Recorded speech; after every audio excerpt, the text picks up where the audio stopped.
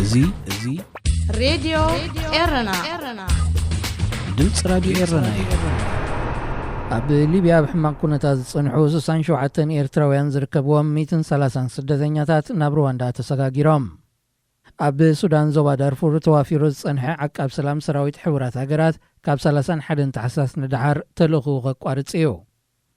ንሓዳሽ ዓመተ 2021 ዝበዝሐ ህዝቢ ዓለም ኣብ ቤቱ ተዓጽዩ ክቕበላ እዩ።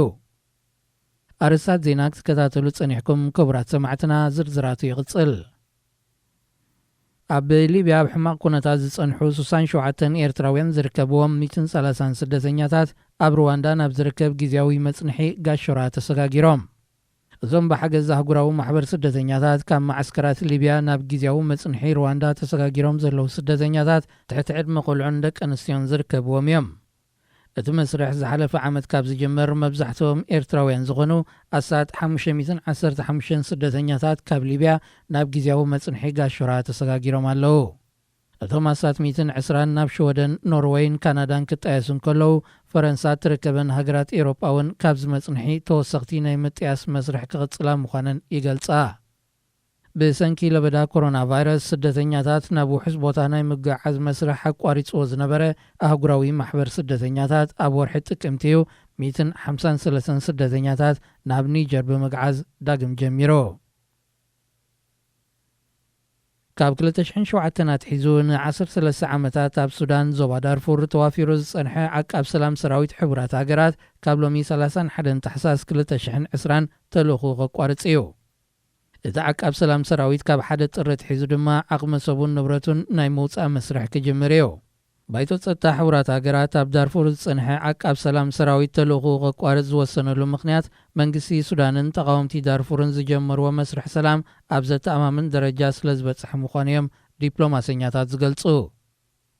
ይኹን እምበር ሕቡራት ሃገራት ከም መተካእታ ናይቲ ኣብ ሱዳን ዝጸንሐ ዓቃብ ሰላም ሰራዊት ንዝተጀመረ መስርሕ ሰላምን ዴሞክራሲያዊ ምስጋርን ዝከታተል ፖለቲካዊ ኣህዱ ሕቡራት ሃገራት ብሓድሽ ዕማም ከዋፍር እዩ። ድሮ ሓድሽ ዓመት ኣብ ዝበዝሐ ክፋል ዓለም ብሆይሆይታን ፈንጠዝያን እትሕለፍ ፍልይቲ ዕለት ካብ እትኸውን ዘበናት ኣቝፂሩሎ። ዋላ እውንቶም ዝተፈለየ ዓውደ ዋርሕ ዘለዎም ህዝብታት ቁጠባዊ ዕብለላ ሃገራት ምዕራብን ዓውሎማን ብዝፈጠሮ ጽልዋታት ነዛ ብኣቆጻጽራ ግሪጎርያን ብልምዲ ድማ ዓውደ ዋርሕ ኤውሮጳ እናተባህለት እትግለጽ ሓዳስ ዓመት እዮም ብዝያዳ ክጽንብሉ ዝረኣዩ። ዓመተ 2020 ግና ፍሉይ ክሰት ለበዳ ኮሮና ቫይረስ ስለ ዘጋጠማ ከም ዝሓለፈ ዓመታት ብሆይሆይታ ክትዛዘም ኣይኮነትን። ለበዳ ኮሮና ቫይረስ ንምግታእ ኣብ ዝግበር ዘሎ ርብርብ ዝበዝሐ ሃገራት ዓለም ሰዓታት እቶቶ ወይ ድማ ሙሉእ ምዕጻው ኣውጀን ስለ ዘለዋ ህዝብታት ኣብ በቤቶም ኮይኖም ንዓመተ 2021 ክቕበልዋ እዮም። ህዝቢ ብምኽንያት ድሮ ሓድሽ ዓመት መምርሒታት ምግታእ ለበዳ ኮሮና ቫይረስ ከይጥሕስ ለበዋታት ኣብ ዝመሓላለፈሉ ዘሎ ዕለት ድማ ብፍላይ መንእሰያት ንሰዓታት እቶቶን ምዕጻውን ከይጥሕሱ ፈረንሳ ትርከበን ሓያሎ ሃገራት ብብዝሒ ፖሊስ ኣዋፊረን ይርከባ። ካብ ሰዓት 8 ናይ ምሸት ክሳብ ወጋሕታ ሰዓት 6 ሰዓታት እቶቶ ኣውጃ ዘላ ፈረንሳ ዓመታዊ ድሮ ሓድሽ ዓመት ንምጽምባል ካብ ዝተፈላለየ ሃገራት ኣብ ከተማ ፓሪስ ዝእከብ ዝነበረ ህዝቢ ሎሚ ዓመት ኣይክህልን እዩ።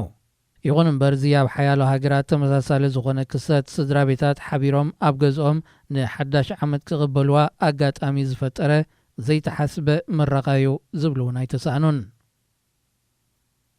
ዜና ኣብዚ ይፍጸም። ሬድዮ ኤረና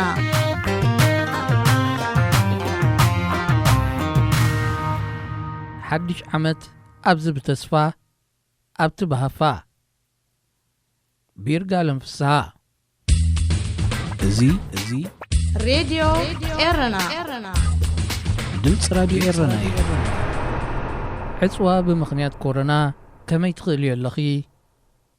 እዚ ቐይድታት ምንቅስቓስከ ዝኣመሰሉ ሕቶታት ኣብዚ ግዜ ዝውቱራት ካብ ምዃኖም ዝተላዕለ ዳርጋ ለሚደዮም እየ። ከም እትግምትዎ ግና ዋናታት ዘን ሕቶታት ኤርትራውያን ኣይኮኑን። ስለዚ ኸዓ ነዚ ሕቶታት ብናይ ምምራር ደሃይ ክሓትዎ ዝኽእሉ ወጻእተኛታት ማለት ዜጋታት ናይተን ተሰዲድናለን ዘለና ሃገራት ምዃኖም ርዱ እዩ ኢለ ሓስብ። ምኽንያቱ ኣብ ሓያለይ ከተማታት ዘን ሃገራት ሰባት ንዕፅዋት ዘለዎም ተቃውሞ እቲ ቀይድታት ምንቅስቓስ ዘስዓበሎም ፀቕጢ ንምግላጽ ኣብ ጎደናታት ወፂኦም ሕግታት ተኣዋጅ ሓድሕድ ምፍንታትን መሸፈኒ ኣፍንጫን ምግባር ብምጥሓስ ክእድሙን ክስለፉን ተዓዚብና ከምኡውን ብማዕከናት ዜና ተኸታቲልናን ኢና እቲ ብመንግስታትን ሰብ ሞያ ጥዕናን ህይወት ንምድሓን ዝበሃል ስጉምቲ እቶም ተቃወምቱ ድማ መግሃስ ናጽነትና እዩ እዮም ዝብልዎ እዚ ድማ ንዓና ነቶም ካብ ከም በዓል ኤርትራ ዝኣመሰለ ሃገራት ዝመጻና ዜጋታት ሓውሲ ቲያትርን ስግንጢርነትን ኮይኑ ዝስምዓና እዋን ኣሎ እቲ ምንታይ ካብ ተመክሮናን ሕሉፍ ታሪኽናን ካብ ሓደጋን ሞትን ክዕቅበና ዝፍትን መንግስቲ ሃልዩና ይፈልጥን ምናልባት ካብ ሓደጋን ሞትን ከድሕነናን ተፈቲኑ ድማ ባዕሉ ምእንቲ ከሙተና ኢሉ ጥራይ እዩ ድራር ዕለትን ምንም ኣገልግሎትን ኣብ ዘይብሉ ቤት ዓጺዩ ካብ ሕማም ከድሕነከየ ዝብል በዓል ስልጣን ካብ ሕማም ኣድሒኑ ንሞት ዝህብ ካብ ምዃኑ ዝሓልፍ ትርጉም ክወሃቦ ዝከኣል ኣይኮነን ዕፅዋ ብምኽንያት ኮሮና ከመይ ትኽእል እዩ ኣለኺ እዚ ቐይድታት ምንቅስቓስከ ናብ ዝብሉ ሓተተይ ክምለስ ኣብ ህይወቱ ሙሉእ ብሰንኪ ኮሮና ጥራይ ኣብ ቤቱ ክዕጾን ዝተገደደ ከምኡውን ብሰንኪ እዚ ዓለም ለኻዊ ተጓንፎ ናብ ድሌቱን ከም ድሌቱን ክንቀሳቐስ ብዘይምኽኣሉ ዕረ ዝጠዓሞ ሰብ ካብዚ ዝኸፍእ ኣይረኣኻን ማለት ድዩ ነዚ ጽሞቕ ሓሳብካ ከተረድኦ ጽቡቕ ምድላዋት እዩ ዘድሊ ምኽንያቱ ነቲ ሰባት ኣብ ካልእ ኩርናዕ ናይ ዝዓለም ዘሕልፍዎ ዘለዉ ህይወት እዚ ጋጣሚ ተጠቒምካ ምትንኻፉ እንታይ ከይብል ስለዚ መልሰይ ነዚ ስዕብ ነበረ እቲ ቀይዲ ዝተባህለ ብቐንዱ እውን ካብ ቀይዲ ሓራ ዝኾነ ህይወት ነይሩኒ ስለ ዘይፈልጥ ካብ ምስሓርነት ምስ ቀይድየ ጽቡቕ ገይረ ዝፋለጥን ተለማሚደ ምንባር ዝለመድኩን እሞ ቀይዲ ንዓይ ጓናይ ኣይኮነን ናይ ምንቅስቓስ ሓርነተይ ኣብ ኢደይ ነይሩ ይፈልጥን እዩ ዓቕሚ የዋን ካብ ዝበፅሕ ኩሉ ግዜ ኣብ ውሽጢ ዓደይ ካብ ቦታ ናብ ቦታ ከም ድላየ ተንቀሳቒሰ ይፈልጥን ነቲ ናይ መንቀሳቐሲ ፍቓድ ወረቐት ብኸመይ ክረኽቦ ከም ዝኽእል እምበር ብዛዕባ ብዘይ ወረቐት ፍቓድ ከም ድላየይ ናይ ምንቅስቓስ መሰለይ ምሕዳገይ ምሕሳብ ውንዙፍ እዩ ነይሩ ሕጂ ምእንቲ ድሕነቶምን ድሕነት ሕብረተሰብን ካብ ቦታ ናብ ቦታ ንኸይገሹ ዝእግድ ሕጊ ጸላዕላዕ ዝብሎም ክርእን ከለኹ እቲ ዕድመ ንእስነተይ ሙሉእ ኣብ ፍቐዶ ኬላታት ዝተኸተርክዎ እዋናት ቅጅል ይብለኒ ህይወት ወዲ ሰብ ንኽትሰርርን ንኽትቅምስልን ንእሽቶ ከም እትኣኽላ እምበኣር እንሆ ኣብነት ሙሉእ ዕድሚያ ባሕርነት ዝነበረት ህይወት ንእሽቶ ቀይዲ ተቐንዝዋ ሙሉእ ዕድሚያ ኣብ ቀይዲ ዝነበረት ድማ ንእሽቶ መስተርሆት የፈስሃ እዚ እንተዝገማጠልከ ምድሪ እንታይ መወለደት ዝብል ሓሳብ መጺኒ ርእሱ ዝኸኣለ ካልእ ኣርእስን ካልእ ስእልን ድማ ፈጢሩለይ እስከቡ ይጽናሕ ናብ ሎሚ ክምለስ ሬድዮ ኤረና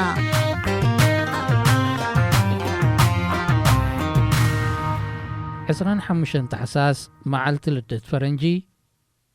ዓውደ ዋርሕ ፈረንጂ ስለ እንጥቀም ደኾንያ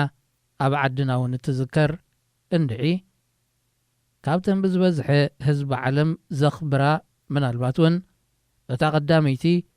ዝበዝሐ ህዝቢ ዓለም ዘኽብራን ዘብዕላን ዕለት እያ እዛ ክብ ዝበለ ዘይርሳዕ መደባት ተውዛሕዛሕን ምብፅጻሕን ምልውዋጥ ህያባትን እትኽበር ቀብዛር ኣውደ ዓመት እዚኣ ዘይከም ካልእ እዋናት ዝተታኸሰት መርዓት መሲላ ሓሊፋ እዚ ዝገበረ ድማ እዚ ምግራሩ ዘሸገረ ተስታይ ኮይኑ ዘሎ ኮሮና እዩ። ኣብ ዓድና ከምዚታት ዘይተሓስበ ፀገም ዘጎናደቦ በዓል እንተጓኒፉ መዋእልና ኣብ ፀገም ብምዃንና ደኣ ሳሕቲ ዘጋጥም ተስፋ ደኣ እምበር ሳሕቲ ዘጋጥም ትሽግር ኣይኮነን እምበር ዳሓን ብሕጂ ዘሎ ግዜ ይበዝሕ ተባሂሉ እዩ ዝሕለፍ። ነፍሲ ወከፍ ደቂቕ ነፍሲ ወከፍ ዓመት ክነብርዋ ከም ዘለዎም ዝኣምኑን ዝደልዩን ዜጋታት ዘን ንነብረለን ዘለና ሃገራት ግን ኣብ ህይወቶም እዛ በዓል ከምቲ ዝደልይዎ ገይሮም ከብዕልዋ ብዘይምኽኣሎም ጥራይ ኣብ ህይወቶም ገለ ነገር ከም ዝጎደሎም ወይ ከም ዝኸሰሩ ይሓስቡ። ብምንጽጻር ንሕና ኤርትራውያን ኣብ ዕድሜና ክንደይ ዓመት ነቢርና ነዝብል ሕቶ እንህቦ መልሲ ተመሳሳሊ ከም ዝኸውን እግምት። ዕድሜና ንምንባር ክንደሊ ጥራይ ከይነበርና ዘዕረብናዮ ስለ እንበዝሕ እነሆ ሓዳስ ዓመት መጽያላ ብዝተፈላለየ ቃላትን ሓሳባትን ግን ብተመሳሳሊ ምንዮት ካብኡ ሓሊፉ ድማ ብክብ ዝበለ ተስፋ ዝተቐበልናያ 2020 ንዓና ኣሰራጥያን ኣእሪጋን ንባዕላ ግን ብሓዳሻ ተዓዚራላ። ኩልና ድማ እዛ ተጸጊዓትና ወይ ተጸጊዕናያ ዘለና ሓዳሽ ዓመተ 2021 ዝሓሸት ክትኮነልና 2020 ንዘንበረቶም እገዳታት እትፍንቅል ንዘርሰሓቶ ተንጽህ ንዝደነሰቶ ተተንስእ ንዝዕነወቶ እትጽግን ተወንዚፉ ንዝጸንሐ ድማ እተተግብር ዓመት ክትኮነልና ኣብ ሰናይ ባህግን ትጽቢትን ሓኺርና ድሮሃረር ንብላ ኣለና። ስለዚ ድማ ናይቲ ንዓመት ሙሉእ ንዓለምና ዘሰራጠየ ኮሮና መድሃኒት ኣብ ግብሪ ዝውዕለሉ ግዜ ሓድሽ ዓመት መቕባልና ጽቡቕ ፋል ናይታ ትመጽእ ዓመት ጌርና ምውሳዱ ንተስፋና ዘዳብር መድረኺው ምባል ይከኣል እዩ። ይኹን እምበር ንህዝቦም ኮሮና ዝፈጠሮ ሽበራን ሻቕላን ጥራይ ዘይእኹል መሲሉ ዝረኣዮም ዓንደርትን ዘይሓላፍነታውያንን መራሕቲ ካብ ዘለውዎ ዞባ ከም ዝተፈጠርና መጠን ዓለም ተስፋ ኣብ ተሓፍሰሉ እዋን ተስፋኦም ዝተሓድጉ ብኮንዶኾን ዝነደቕዎ ትጽቢቶም ዝፈረሶም ኩሉ ነገሮም ዝቐምሰለ ህዝብን ሃገርን እዮም ዘለውና እሞ ነዛ ሓዳስ ዓመት ብኸመዮም ዝቕበልዋ ዘለዉ ኣካል መዓልታዊ እነወጣውጦ ዘለና ሓበሬታ ኮይኑ ጸኒሑሎ። እቲ ዝኸበደ ናይ መዓልታዊ ሻቕሎትናን ሓሳብናን እውን እዩ። እቲ ንኣብ ዘለናዮ ቦታ እንረኽቦ ሩፍታን ሓጐስን ዘዕኑ ናይ ማዕዶ ዳህዩ ካብቲ ኣብ ከባቢና ዘሎ ተስፋ እቲ ኣብ ርሑቕ ዘሎ ወጥሪ ስለ ዝዓብየና እታ ዝርከቡ ጸጋታታን ውሉዳታን ኣብ ዕንደራ መራሕቲ ጎረቤት ሃገር ዝፈጠሮ መጋርያ ጠቢሳ ስድራ ቤታት ብዘይ ዝኾነ ይኹን ቀረብ ኣብ ቤት ዝዕጸዋሉ ጥር ትብል ምንቅስቓስ ዘየፍቅድ ትእዛዝ ንዘይተወሰነ ግዜ ዘሐደሰት ኤርትራ ናይ እንዳመን ሓጢኣት ኮንዩ ህዝቢ ዓለም ተስፍኡ ኣብ ዝሓፍሰሉ ወቕቲ ንዓኣ ጥራይ መሊሱ ዝጽልምታ ዜና መርድእን ንዕኡ ዝመስል ሓበሬታን ምናልባት ከዓ ዘይጭበጥ ጉራም ፍኸራን ብኻልእ ሸነኽ ድማ ላግፅን ሕጫጨን ጥራይ ሒዞም ናብ መራኸቢ ብዙሓን ዝቕልቀሉ ልኡኻት ዓማፂ ጥራይ ብዘይ መለሳ ክትርኢ ክትነብርስ ኣመንቲ ምንታይ እዩ? ዜጋታትካ ብጭካነ ናብ ዓውደ ኹናት እናለኣኽካ ህዝቢ ከይሓምም ኣብ ቤቱ ክዕጾ ምእዛዝ ሓላይ ባህሪ ናይ ዝተላበሰ ተዋሳኣይ ምምሳል ዝሓሸ ሞያ ኮይኑ ዲ ተረኺቡ መን ዝዕዘቦን ዝኣምኖን ቲያትር እዩ። ኣብ ክንድኡስ ስለምንታይ ብዝሕጂ ሰዓት መልከፍቲ ኮሮና ኣብ ኤርትራ ክንዱኡ ንሂሩ እቲ ጸብጻብ ሓቂ እንተኾይኑ ማለት እዩ ነዝብል ሕቶ ምምላስ ዶ ይመቐለለን? እወ መቐለለ። እቲ ምኽንያት ከዓ ምናልባት እቲ ኣብ ጉዳይ ጎረቤት ሃገር ዝግበር ዘሎ ዘይቅዩድ ምትእትታው ኮይኑ መጸንሐ ኸውን ኣብ ክንዲ ኣደብ ምግባር፣ ኣብ ክንዲ ዕድንደራኻ ምግታእ፣ ኣብ ክንዲ ጠንቂ ምውጋድ ግን ንዓማጺ ከምኡ ግዲ ይቐሎ ኮይኑስ ንውፅዕ ህዝቢ ኣኽቢድካ ምውጻዕ ከም ፍታሕ ተወሲዱሎ እቲ ጽኑዕ ህዝቢ ከይተሓለለ ተስፋ ክጽፊ እቲ ጨካን ስርዓት ድማ ተስፋ ክቐትል ከይረብረቡ እንሆ ድሮ ሓድሽ ዓመት በፂሕና ኣለና። ንዝጸበቦ እቲ ቐዱ ዓመት ይግበራ። ይርጋለም ፍስሓ ሬድዮ ኤረና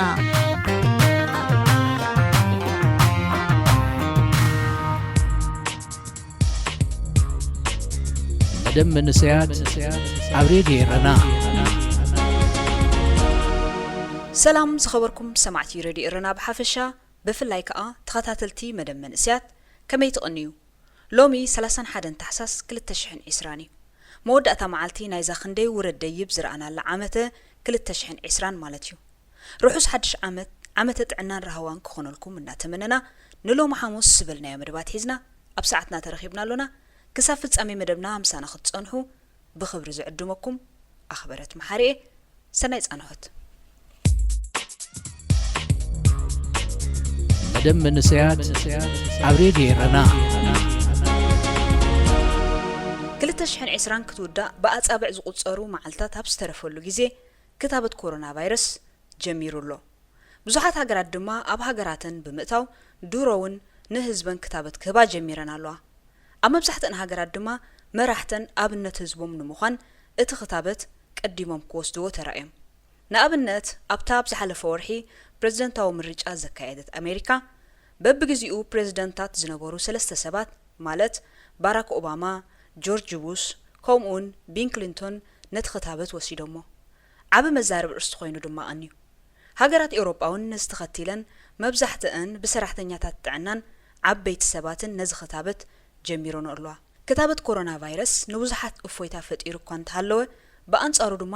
ብዙሓት ሰባት ብፍላይ ኣመንቲ እዚ ክታበት እዚ ሕቡእ ኣጀንዳ ናይ ሉሲፈር ኣለዎ ብምባል ይቃወምዎ ኣለዉ። እምበኣርከስ ንሕና እውን ነዚ መልኪትና ርድኢት እዚ ክታበት ኣብ ሕብረተሰብና ከመይ ይመስልን እንታይ ክምከር ይከኣልን ዝብል ኣርእስቲ ሒዝና ምስ ኣበይ ቀሺ ዮናስ ወልደ ሩፋኤል ዝገበርናዮ ሓፂር ዕላል ኣሎ። ክትከታተሉና ደጊመ ብኽብሪ ይዕድም። ሬድዮ ኤረና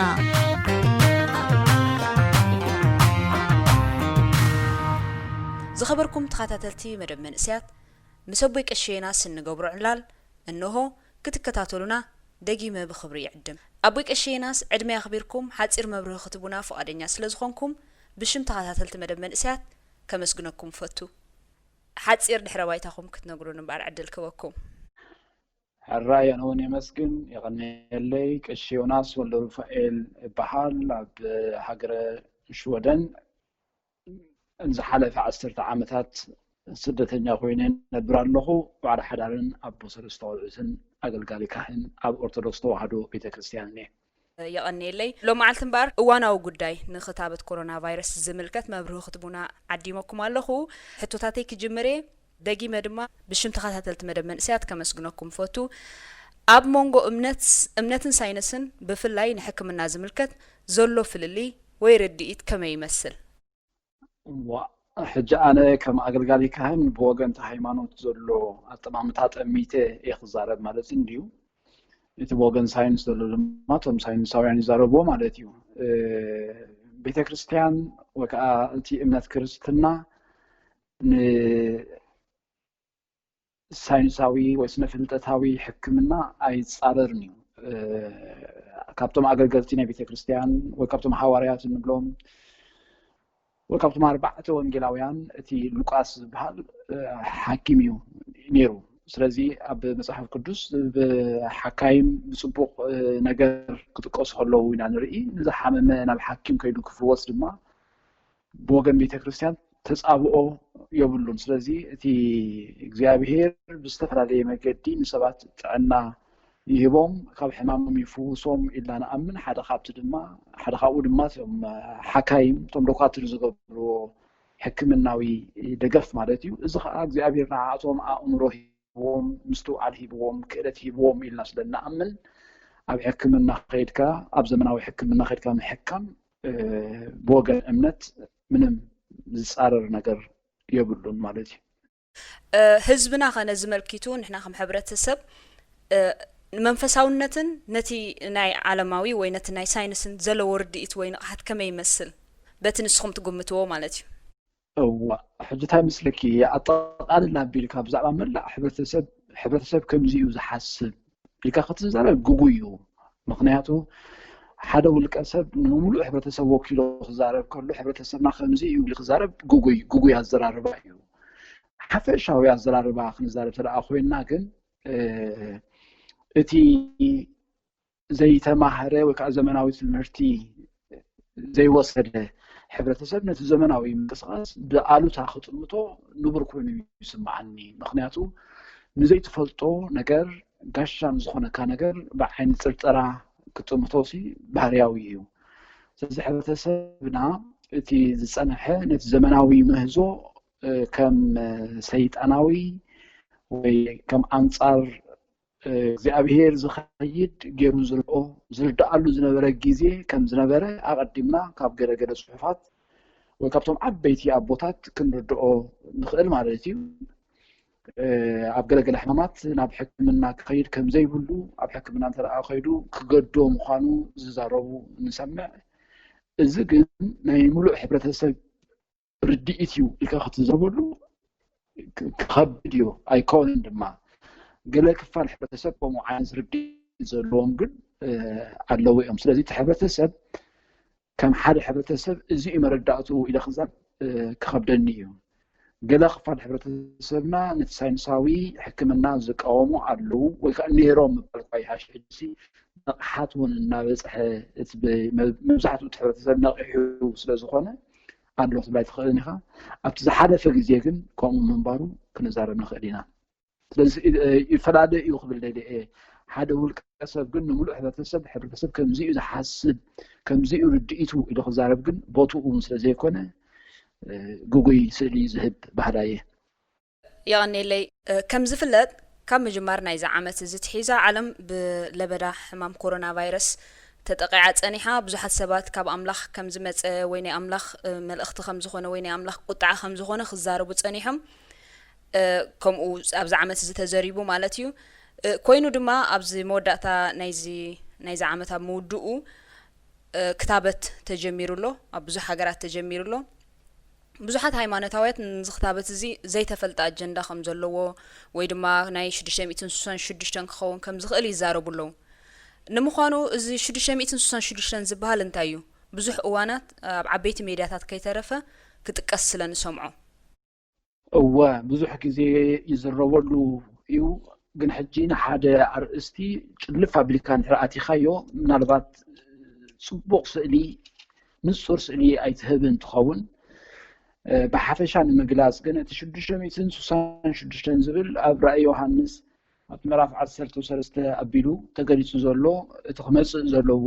ዳሕራይ ፀረ ክርስቶስ ኣብቲ ኣጋመ ወዳእታ ግዜ ጎይታናን መድሓኒናን ኢየሱስ ክርስቶስ ተመሊሱ ምምፅኡ ክመጽእ ዘለዎ ንሱ ንኩሉ ሰብ ዘገድዶ ምግዳድ እዩ እቲ ማሕተመቲ ዘይተቐበለ ክገዝእ ይኹን ክሸይጥ ይኹን ከም ዘይፍቀደሉ ናይ ግድን ንዕኡ ክቕበል ከም ዘለዎ ዝገብር እዩ ስለዚ ሓደ ማሕተም እዩ 666 ንሱ ዘይብሉ ድማ ክገዝእ ይኹን ክሸይጥ ዘይኽእሎ ሲስተም ወይ ከዓ ስርዓት ማለት እዩ እሱ እቲ 666 ዝበሃል እዚ ከዓ ኣብ ራእይ ዮሃንስ ምዕራፍ 13 ኣለና ማለት እዩ እቲ ሓሳብ በኣ ክንሪኣ ንዓኣ ሕፅር ኣቢልና ማለት እዩ እቲ ብዛዕባ ናይ ኮቪድ-19 ካብ እግዚኣብሔር ዝወረደ ቁጣዓ ኢሉ ይገልፆ ፀኒሑ ገለ ዝበልክዮ ግን برجس أبناء مودة تاجيزي حدا خبط ملكتات مودة تزمن استفر على عين فيرا حمامات كمس مقانو حدا خبط ملكتي مودة تاجيزي بمسألة زحف قدس صحف مالتي أبز عمت زي كاب تقرن حجز نبرة فلي بزبلة تلابعي حمام ممسول ما مسوء تأساسيرنا خنريون هي جدا يخون مالتي نبين الحمام ترى يكون استم كالوت ملكات تنجيرهم زلون وق وروق بخباب ومن قطقات مدري جلزبل كل ريخا تملكات توحي زلو إذا كخونيو رأيو أي سمو توحي تنجيرنا زلو مسوء بمتأثر وخم حسبك أي خليو مالتي از كوفيد حجي حدا خابوت ختابت ناي كوفيد 19 مسوء التأساسير ولو بزو حساب مستناي 666 كمزي كتقصو صنحكم مالتي سبات بمنتاي كرغاغصو خلو حجي ازي ناي كوفيد كتابت بزاحات سبات فرحلوم بانز كتابت حجي وي قرب امطرطار አለው ስለዚህ ከመገሩም ከረጋግጹ ሁሉ እዚ ናይ ኮቪድ كتابت سي مس 666 ዘተአሳስር አለውን የብሉን ንሱ እቲ ጸረ ክርስቶስ ምስ መጸ ጀመረ አምልኾ ነገር እዩ እግዚአብሔር ከነአምን አይፈቅድን እዩ ቶም እምነት ዘለና እምነትና ከሐድግ ከም ዘለና ዝገብር እዩ እግዚአብሔር ዝጻረፍ እዩ ስለዚህ እቲ ምልክታት ንቅድም ክንሪኦ ኣለና ንሱ እዚ ሕጂ ንሪኦ ዘለና ከምኡ እምነትካ ዝሕደገካ ሰብ ወላ ሓደ የለን እምነትካ ለውጥ በለ ነገር የለን ኣብቲ 666 ማሕተም ዝግበሩ ግዜ እምነትካ ክሒድካ ኣትቀበሎ ንዕኡ ሕጂ ከምኡ ግበር ዝበለ የለን እምነትካ ክሓድ ዝበለ ወላ ሓደ የለን ክታበት ከምቶም ኩሎም ዝሓለፉ ክታበታት ኣነ ዝሪኦ ዝሓለፉ ክታበት ናይ በዓል ፖሊዮ ኩላቶም ናይ በዓል ሕማማን ቅፂ ናይ ዝተፈላለዩ ዓይነት ሕማማት ዘሎ ክታበት ልክዕ ከምኡ ገይረ ሕጂ ዝሪኦ ዝወስዶ ማለት እዩ ምክንያቱ ድማ ምስ ኣምልኾ ዝተኣሳሰር ቀጥታዊ ዝኾነ ነገር የብሉ ናይ ኮቪድ 19 ክታበት እግዚአብሔር ከሐዶ ዝብል የብሉ እግዚአብሔር እመኖ ዝብል የብሉ ወላ ሓደ ምስ ኣምልኾ ዝተኣሳሰር ነገር የብሉን ስለዚህ እዚ 666 እዩ ዝብል ኣባሃሃላ ጉጉይ ምዃኑ ብብዙሕ መረዳእታ ክንጠቅስ ንኽእል ኢና ከረጋግጽ ለድልየ ህዝቢ ሰብ እንተሎ ኮይኑ መጀመርያ ራእይ ዮሃንስ 10:3 ተጻሒፉ ዘሎ ብዛዕባ እቲ ኣራዊት ኢልዎ ዘሎ እቲ ክመጽእ ዘለዎ ጸረ ክርስቶስ እሱ ባህርያቱ እንታይ ምዃኑ ከመይ ገይሩ ከም ዘገድድ ከመይ ገይሩ ኣምልኾ ከም ዘትርፍ ተጻሒፉሎ ንዕኡ ትምልክታት ይሪኦ ማለት እዩ ስለዚ በቲ ምልክታት እቲ ተመሪሕና እዚ ናይ ኮቪድ 19 ክታበት ምስ 666 ምትእሰር ኣለዎ ክንብል ዝካር ኣይኮነን ሓደ ነገር ግን ርዶ ኣሎ ኩሉ ተስርዓት ኣብ ዓለም ዝሕድ ዝግበር ዘሎ ተጠቕሊሉ ግን ናብኡ ዓይነት ገጹ ይመርሓና ከም ዘሎ ምልክት እዩ ምክንያቱ ሕጂ ኩሉ ናተጠርነፈ ኣብ ሓደ ይመጽእ ስለ ዘሎ መወዳእትኡ ብዘይቲ ማሕተመቲ ክትገዛእ ኣይትኽእል ክትዕድግ ናይ ትኽእል ክሳዕ ዝኸውን ናብኡ ገጽና ዓቢ ምህላውና ግን ከም ምልክት እዩ ብቐጥታ ግን እዚ ክታበት እዚ ማሕተም 666 ዝብል ግን ጉጉይ ርዲት ኣብያተ እምነታት ነዚ መልክተን ዝገብሩ ጎስጓሳት ኣሎዶ ከመይ ይመስልካ ተኸተቡ ኢልና መቸም ኣብ ቤተ ክርስቲያን ናይ ንጉስጉስን ምክንያቱ በቦትኡ ይዘለዎ ኩሉ ቤተ ክርስቲያን እግዚአብሔር ፈዋሲ ምዃኑ እግዚአብሔር ጸሎት ዝሰምዕ ምዃኑ ኣትምህር እምበር ክታበት መጺሎም ኣብ ክታበት ተኸተቡ ኢላ ቤተ ክርስቲያን ክትምህር ጻውዒት የብላን ሓላፍነት የብላን ከምኡ ከዓ ኣይተገብረን ዝግበር እውን ኣይመስለንን ኣብ ቤተ ክርስቲያን ያ ግን እቲ ህዝቢ ምስ ዘለዎ ምስ እምነት እዩ ተኣሳሲርዎ ዘሎ እቲ ናይ ክታበት ጉዳይ ማለት እዩ ሕጂ ስለዚ ቤተ ክርስቲያን ሲ ምስ እምነቱ ዝተኣሳሰረ ነቶም ቤተ ክርስቲያን ዝመላለሱ ሰባት ናይቲ ኣብኡ ዝጽልዩ ዝሰግዱ ዝጾሙ ሰባት ሲ ናይቲ ውልቃዊ ህይወቶም ሓላፍነት የብላን ዶ ቤተ ክርስቲያን ዝንዝን ሕሸኩም ዝንዝን ኣይሕሸኩም ንኽትብል ቤተ ክርስቲያን ብዛዕባ ናይ ክታበት ዝምልከት ቀጥታዊ ሓላፍነት ኣለዋ ክንብል ኣይንኽእልን ኢና ምክንያቱ እቲ ትምህሮ ትምህርቲ እቲ መንፈሳዊ ትምህርቲ እያ ትምህር ቤተ ክርስቲያን እዚ ዝያዳ ናይቲ ማሕበራዊ ኣገልግሎታት እዩ ማሕበረኮም ተላልዮም ኮይኖም خالق قديتو خقبل زلوه نقر كل يسمعني أبيت كريستيان جن بزعبا مختاب كان زي مختاب كان سي نتابيت كريستيان زملكتا نقر أيكونن بقطتها مالت إذا اختابت إذا سي نفسه كفسه دليو زوصله إيو تجديد زوصله ونا يكونن سلازيس بيت كريستيان موبز بخماء أخطأتو بوتا أخوينو يسمعنن كم حفش أو جن كم زحجت حتيو زلخ حطو أنا كخطب ددي إذا سي محتم نايك سايديو أنصار النتايديو إلون إذا حتت جن برقص بقوع مرسي قبو مرس خطب حلافنا تطلوا بو مغنيات جماعة حجة أنا مساخي نقول سبعة نزلوا إذا كوفيد 19 كتابت مثل شدشة 200 شدشة زبحال زخون يكون ركب كم زي بلو بوزح ما قدي مرمي رخنا رقاقص نخيلينا إلى زارب زرلو مالتي كم زعين حبرتها وهو هبي كأليف كابز حليفو جن كيلو تخطرنا إلى بيت الرسالة كتزارب ملكة يكونن بوضعونا يكونن الشيء نام نيمود داتا قصناينا بنيمود داتا حتى بزحات من إسات بفلاب سدت زنوبر زلو كردو زلوهم نزخونة تاتا ملكيتهم بزحات من إسات بزي ولد تسريدو مالو معادي مخاري زحشك زبل زي باللو مالتيو سازن نزم أملكيتكم سهم من تكتبلو تخولو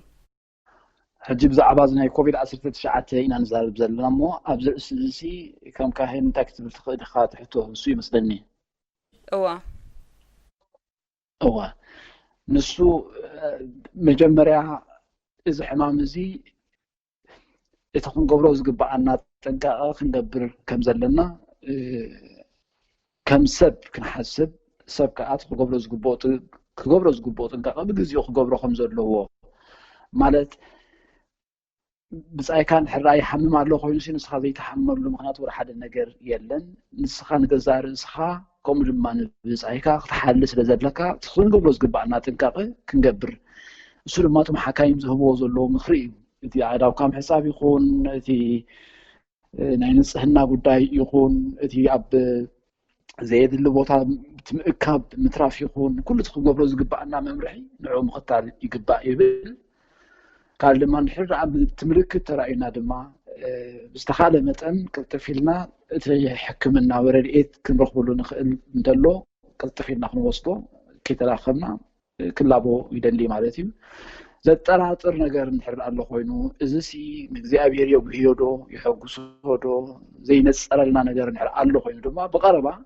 አጥቆምና ብዘሎ አገልጋሊ ከይዶም ክዘራረቡ تزيبلهم بتليفون جيرهم نتزمل كتو كاهن ودياكون تبادل قلتي كوك كسو خمسة خلو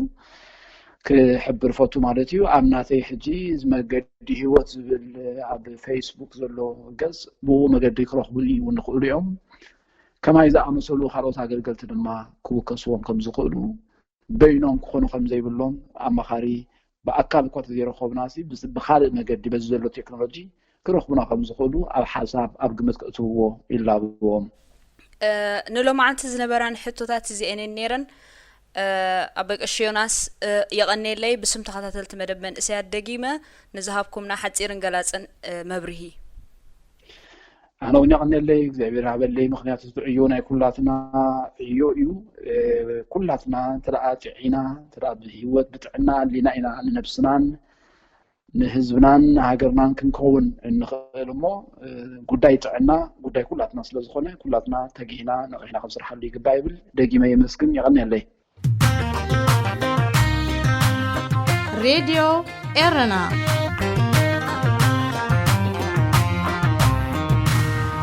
زغبركم تخاتلتي مدب من إسيات نلوم زدالنا لكم مدبات كم استخاتلكم وإنيرو بزغربنا لكم مدبات عجيبكم من تزراجعكم من كم تخونوا أمون تنايو دقيمنا روحسك أني أتحدش عامة بعل الدتن كون لكم إننا تمننا مزي ترفو مدبات راديو إيرنا حدقكم سنايك أنا راديو إيرنا